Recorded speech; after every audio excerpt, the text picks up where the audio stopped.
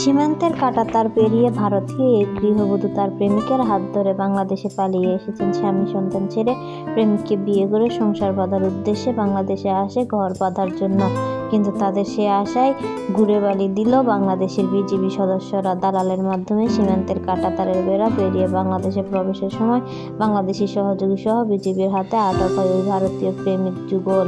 ঘটনাটি ঘটেছে রোববার 19 জানুয়ারি বিকেল কুড়িগ্রাম জেলার ফুলবাড়ী উপজেলার নাওডাঙ্গা ইউনিয়নের বালাতারি সীমান্তের পাশে বালাতারি গ্রামে। আটকের পর সন্ধ্যায় বাংলাদেশি সহযোগী এবং 2 ভারতীয় নাগরিককে ফুলবাড়ী থানার সোপর্দ করে বিজিবি।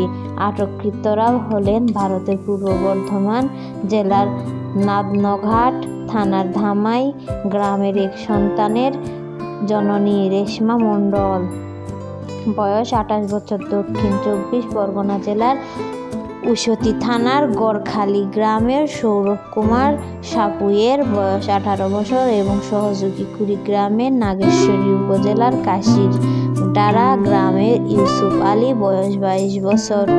ফুলবাড়ী থানার অফিসার ভারপ্রাপ্ত মামুনুর রশিদ জানান, সন্ধ্যার বিজিবি ভারতীয় এক নারী, এক যুবক এবং তাদের সহযোগী থানার সোপর্দ করেছেন। এ ব্যাপারে অবৈধ অনুপ্রবেশের দায়ে মামলা হয়েছে। সোমবার তাদের জেল হাজতে ফেরত করা হবে।